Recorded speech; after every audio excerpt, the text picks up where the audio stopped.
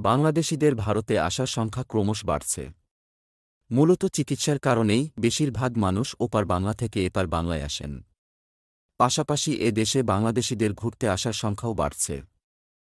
সেই কারণে পরিবহন ব্যবস্থার উপর চাপ কমাতে বাড়ানো হচ্ছে ভারত-বাংলাদেশ রুটের বাসের সংখ্যা। বিআরটিসি জানিয়েছে, আরও ৩টি আন্তর্জাতিক বাস সার্ভিস চালু করার পরিকল্পনা করা হয়েছে। বাংলাদেশ ও ভারতের মধ্যে আরও ৩টি আন্তর্জাতিক বাস সার্ভিস চালু করার কথা ভাবছে রাষ্ট্রায়ত্ত বাংলাদেশ সড়ক পরিবহন কর্পোরেশন বিআরটিসি। ঢাকা-শিলিগুড়ি, চট্টগ্রাম-ঢাকা-কলকাতা ও কক্সবাজার-চট্টগ্রাম-আগরতলা রুটে এই বাস চালানোর চিন্তাভাবনা করা হচ্ছে। এই পরিকল্পনা নেওয়ার পরে ওই ৩টি রুটে বাস চালানোর সম্ভাব্যতা নিয়ে সমীক্ষা চালানোর কাজ শুরু হয়েছে বলে জানিয়েছেন বিআরটিসির চেয়ারম্যান মোহাম্মদ তাজুল ইসলাম।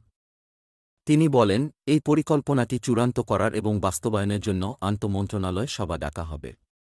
আশা করি নতুন এই ৩টি রুটেই বাস চালানোর অনুমোদন পাওয়া যাবে। এই নতুন রুটে বিআরটিসি বাস সার্ভিস ভালো হবে। ঢাকা থেকে কলকাতা আসার ভাড়া প্রায় ১,৫০০ টাকা। সকালে কলকাতার বাসে চেপে মাত্র ৯-১ ঘণ্টাতেই পৌঁছানো যায় ঢাকা।